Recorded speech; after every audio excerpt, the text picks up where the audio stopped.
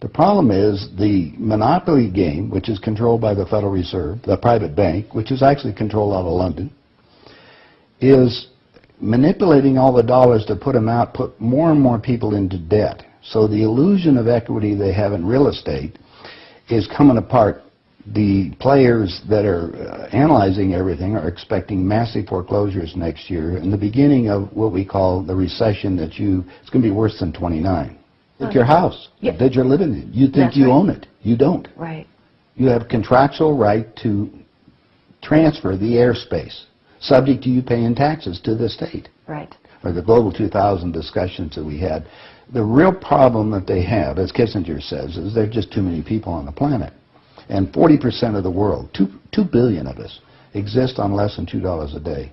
The summary of the Global 2000 report I put up on my website, nohoax.com, but if you look at it, it makes sense to get rid of people. So what they said, they're going to make godlike decisions on who lives and who dies.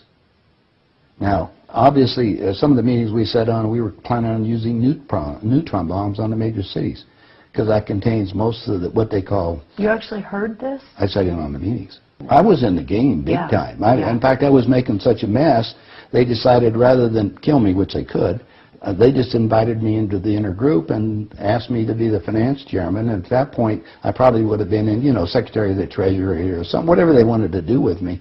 What I was doing prior to that, so, making it right, I would volunteer to become a president of a company, and I'd go in and liquidate it. And we get rid of the expendable containers. That was my job. Expendable containers meaning human beings? That's right. Yeah, it's amazing. That's well, that was the inside vernacular, wasn't it? Yeah. Oh, well, that's what we used at that time. I mean, it went from there to useless eaters today, so you're happy with it, you're a human resource. So, which, all you are is part of the commodity, even in the business sense. You look at it, you have a cost. Labor, what is labor? Human resource. When you're going to put together some kind of product. Well, the inside of the game, when we started to use neutron bombs, today they figure that biologicals are much cheaper.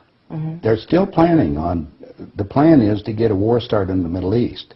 And they're still planning on using a neutron bomb, or one of the bombs that they've got developed on Israel. And that's to begin World War III, which is all in the cards. And it's going to happen. They even put a monument up for this whole program. It's called the Georgia Guidestones.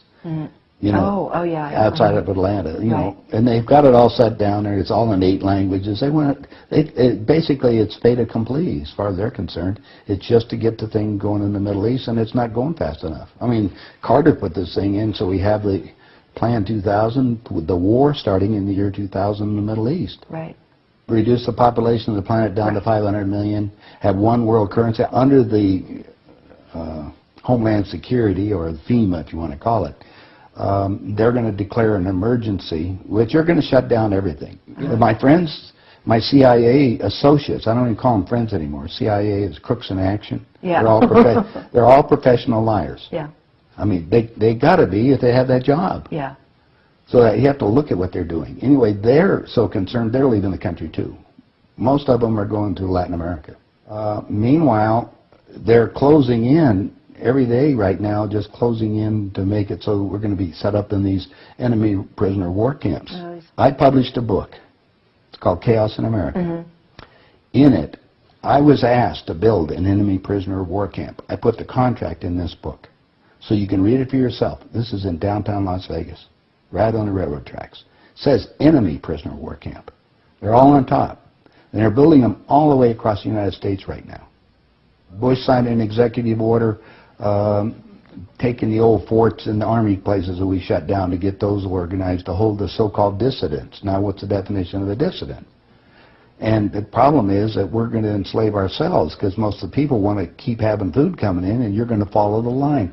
You're just walking yourself into your own prison camp. Then we're going to come down to the extermination, just like World War II.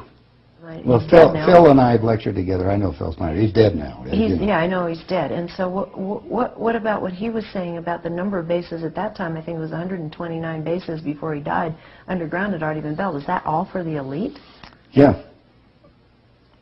Really? What are they going to do with the rest of the people? They just get rid of them, leave them above ground and be radiated. Now, my son happens to be a nuclear physicist.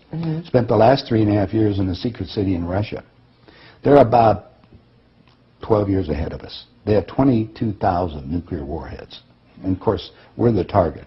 The Soviets had 3 nuclear submarines on the west coast and 3 on the east coast. They're about 2 football fields in length, 5 stories tall, and they all are nuclear power and aimed at our major cities. West Coast's gone. Well, because the plan is the northern hemisphere is where they're going to release the nuclear bombs, and the theory was that the winds from the North Pole that are coming down, because that's increasing drastically, will go to the equator, and there will be very little spillover because of the reverse of the winds, because of the southern hemisphere.